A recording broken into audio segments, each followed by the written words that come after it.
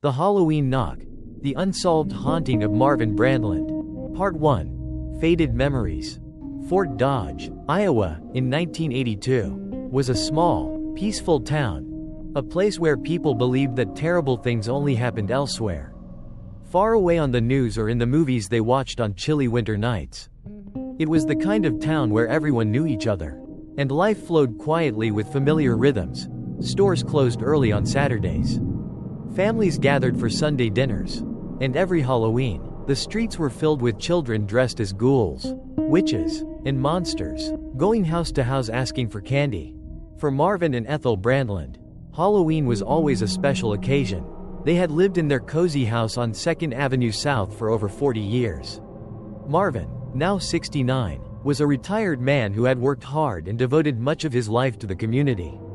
Though his body wasn't as strong as it used to be, every year on Halloween, he still enjoyed sitting on his porch, watching the neighborhood kids come up with their strange and imaginative costumes, laughing and eagerly asking for candy. Ethel, ever the loving homemaker, would prepare bowls of candy for the children, always slipping a little extra into the bags of those with the scariest costumes. For her, Halloween was a time to reflect on the past and the many memories she had shared with Marvin over the years. But this year, something felt different. A strange chill hung in the air that she couldn't quite explain. That unease wasn't just from the autumn winds sweeping through the fields surrounding the town. It was something deeper, a subtle tension she couldn't shake as Halloween approached. Part 2. The Knock at the Door. It was the evening of October 30th, the night before Halloween, and Ethel couldn't shake her restless feeling. She had prepared the candy and set it neatly in a large bowl on the kitchen table. But that gnawing sense of dread wouldn't leave her. Marvin, as usual, sat in his recliner in the living room, watching the evening news on TV. The night was unusually quiet. No children had come knocking early for candy like they normally did. At 8:30 p.m., a knock on the door shattered the stillness of the house. It wasn't the soft knock of children eager for candy, it was a hard, deliberate knock that startled Ethel, causing her to drop her knitting needles. "Marv, can you check who's at the door?" Ethel called from the living room, her voice laced with an unspoken concern. Marvin groaned as he stood up from his chair, his old body protesting every movement. Slowly, he walked toward the door, trying to figure out who could be knocking at this hour. Maybe it was just some kids playing pranks, he thought, but a feeling of unease crept into his mind. When he opened the door, the scene that greeted him made his blood run cold. A tall man stood on the porch, dressed in dark clothes with a cheap plastic mask covering his face. The mask was not elaborate, it was a simple, emotionless face, almost mannequin-like, with hollow eyes and a faint slit where the mouth should be. Behind the mask, there was nothing but silence. "Trick or treat," the man said in a deep, raspy voice, devoid of the playful tone that usually accompanied those words. Marvin chuckled nervously, assuming this was just a prank. "Aren't you a little old to be trick-or-treating?" he joked, his voice shaking slightly. The man didn't laugh. He didn't move. He just stood there, staring through the mask, his eyes cold and unreadable. Then, with a slow, deliberate motion, the man pulled a gun from his coat and pointed it directly at Marvin's chest. "Trick or treat, or I'll shoot," the man repeated, this time with a chilling finality that left no room for doubt. Marvin froze, unable to process what was happening. His hands trembled, and his legs felt like they were made of lead. In that moment, everything he knew about safety and security in his home vanished, replaced by a terror that gripped him tightly. Part 3. Down to the basement. Ethel's voice called out from the living room, filled with concern. "Marv, who is it?" Marvin didn't dare answer. He stood there, trying to keep calm as the barrel of the gun remained firmly trained on him. The masked man took a step forward, nudging Marvin with the gun, signaling him to move. "Take me to the safe," the man demanded, his tone cold and unforgiving. Marvin understood immediately. This wasn't just a prank. This man wasn't going to leave without something valuable. And there was no sense in resisting. But above all, Ethel was still in the house, unaware of the danger. "All right," Marvin said quietly, his voice barely a whisper. "I'll take you there." He glanced back toward Ethel, subtly signaling her to stay where she was. Marvin slowly led the man down the hallway toward the basement door. every step weighed down by fear. The small safe in the basement didn't hold much, some old family heirlooms, a few papers, and a small stash of cash. Nothing worth dying over. But Marvin couldn't help wondering if this man would stop at just taking the money. When they reached the basement door, Marvin hesitated for a moment, his hand hovering over the doorknob. He knew that once he opened that door, there might be no going back. Swallowing his fear, he turned the knob and led the man down the stairs into the dark, musty basement. The basement was cold and damp, with stone walls covered in cobwebs and old boxes stacked in the corners. Marvin could feel the man's eyes on him, the weight of the gun pressing down like a constant reminder of his peril. He walked over to the old safe, his hands trembling as he began turning the combination. "There's not much in here," Marvin said, his voice shaking as the safe door clicked open. "Just a little money and some old family stuff." The man remained silent, standing behind Marvin like a shadow. He didn't even glance at the safe. Instead, he raised the gun higher, pointing it directly at the back of Marvin's head. "Turn around," the man ordered. Marvin froze, his heart racing. He knew what this meant. There was no more room for negotiation, no more stalling. Slowly, he turned to face the man, his eyes filled with fear and helplessness. The man, now standing directly in front of him, didn't move for a moment. Then, without a word, he raised the gun and pulled the trigger. Part 4. The shot. The sound of the gunshot echoed through the basement like thunder, shattering the silence and leaving a ringing in Marvin's ears. He collapsed to the cold concrete floor, blood pouring from the wound in his neck. His hands instinctively reached for his throat, trying to stop the flow, but it was useless, as his vision blurred and his body grew weaker. The last thing Marvin saw was the shadow of the masked man walking away, leaving him to die in the darkness. Upstairs, Ethel screamed. She had heard the gunshot and now rushed toward the basement, her heart pounding in her chest. As she reached the top of the stairs, she saw the man in the mask running past her, out the front door, disappearing into the night without a trace. Frantically, she stumbled down the stairs into the basement, calling out for Marvin, praying that he was still alive. But when she reached him, she saw the pool of blood spreading across the floor and knew, in an instant, that her husband was gone. She collapsed beside him, sobbing uncontrollably, her hands trembling as she cradled his lifeless body. The man she had spent her entire life with, her partner, her love, was dead. Part 5. The aftermath. The police arrived soon after, their sirens piercing the night. They cordoned off the house, searching for evidence that might lead them to the killer. But there was little to go on. The mask the man had discarded was a cheap Halloween prop, with no fingerprints or DNA. The gun had vanished along with the killer, leaving nothing behind but the blood of a good man and the grief of a heartbroken widow.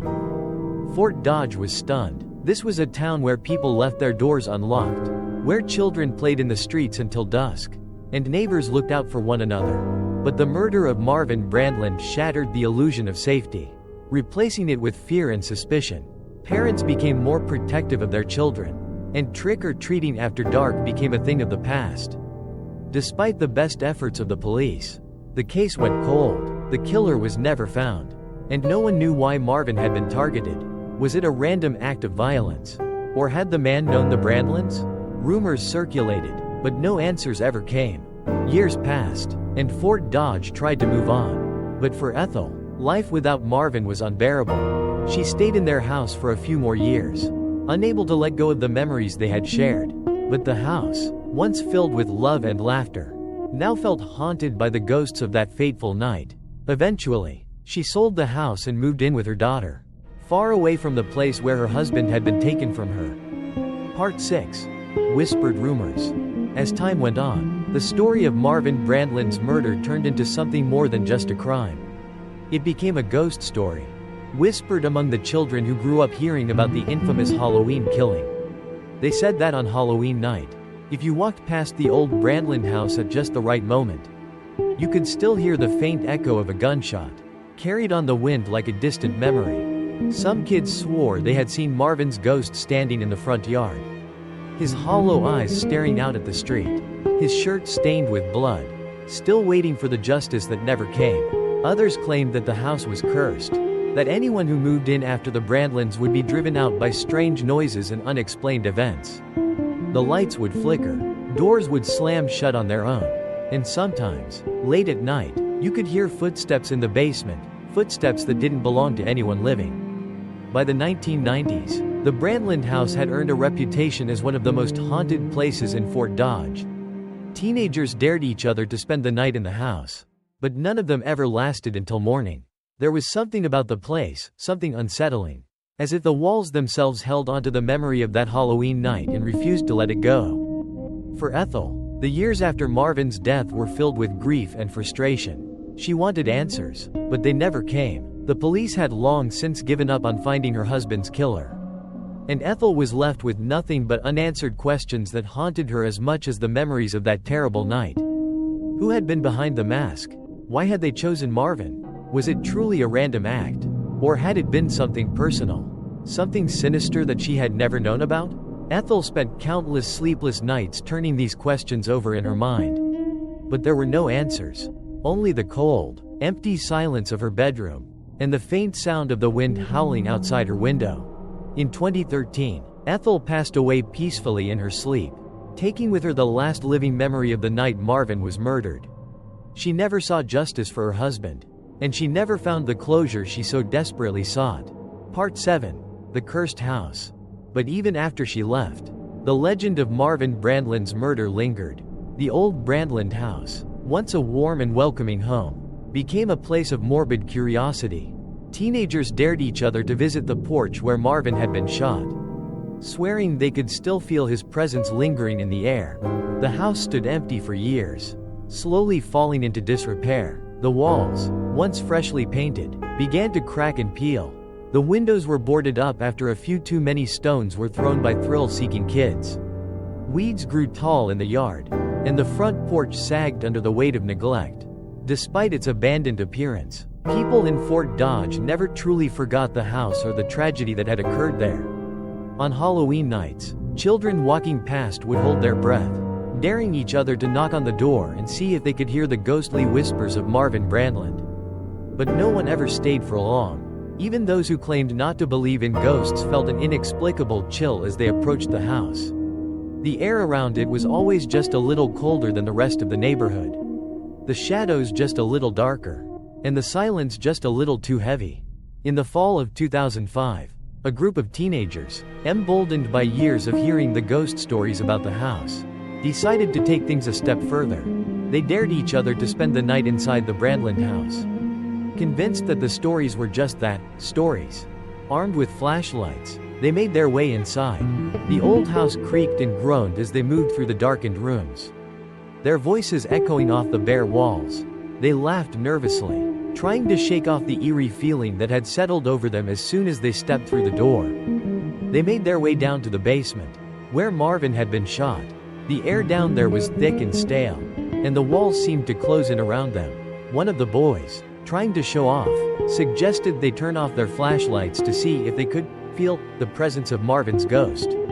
Reluctantly, they agreed, and one by one, the lights clicked off. For a moment, there was nothing but silence. Then, from somewhere deep in the darkness, they heard it, a faint, shuffling sound, like footsteps dragging across the floor. The hairs on the back of their necks stood up, and their hearts raced as they fumbled to turn their flashlights back on. But the lights wouldn't come back.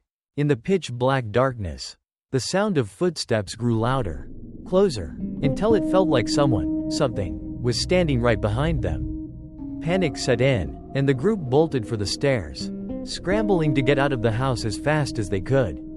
They never looked back. The next day, they returned to retrieve the backpacks and phones they had left behind in their rush to escape. But when they got to the house, they found the basement door ajar, and all their belongings neatly stacked at the top of the stairs. No one had been inside the house since the night before. They never spoke of what they had experienced in the basement, but the story spread quickly throughout the town. The legend of Marvin Brandland's ghost grew stronger, and the house became even more notorious. No one dared enter it again. Part 8. The Unsettled Spirit. As the years went by, the Brandland house was left to rot. Attempts to sell the property failed, and any prospective buyers were quickly scared off by the stories of hauntings and ghostly apparitions. The house became a symbol of the unresolved pain and mystery surrounding Marvin's death. It stood as a reminder that some spirits never find peace, and some stories never have a clear ending. On quiet nights, those who lived nearby swore they could hear faint knocking sounds coming from the house, as if someone were still waiting to be let in. Others claimed to hear the echo of footsteps in the basement, or see flickering lights in the windows. Despite the house being long abandoned, and every Halloween, the legend of Marvin Brandland was revived once again. People would share the story of the trick-or-treat murder, retelling the details of that fateful night in 1982 when a masked man knocked on the Brandlands' door and changed their lives forever. The house remained a dark spot in the otherwise peaceful town of Fort Dodge, a place where tragedy and the unknown collided, leaving a permanent scar on the community. Part 9. The Legacy of the Haunted House. Fort Dodge eventually moved on, but the memory of Marvin Brandland's murder never truly faded. The case was never solved, and the man behind the mask was never found. His identity, his motive, everything remained a mystery, buried under decades of speculation and fear. The Brandland house, once a lively home, became a relic of the town's darkest moment. It stood as a monument to the unsolved crime, a place where people whispered about the supernatural and the unexplained. For some, it was just an old house with a tragic history. For others, it was something much more, a cursed place where the past refused to stay buried, and where Marvin's spirit, forever tied to the events of that night, still wandered. And so, every year on Halloween, as trick-or-treaters filled the streets and the air grew crisp with the scent of autumn, the story of Marvin Brandland would be told again. Parents warned their children to avoid the old house on 2nd Avenue South, and teenagers dared each other to go near it, hoping to catch a glimpse of the ghostly figure that was said to linger there.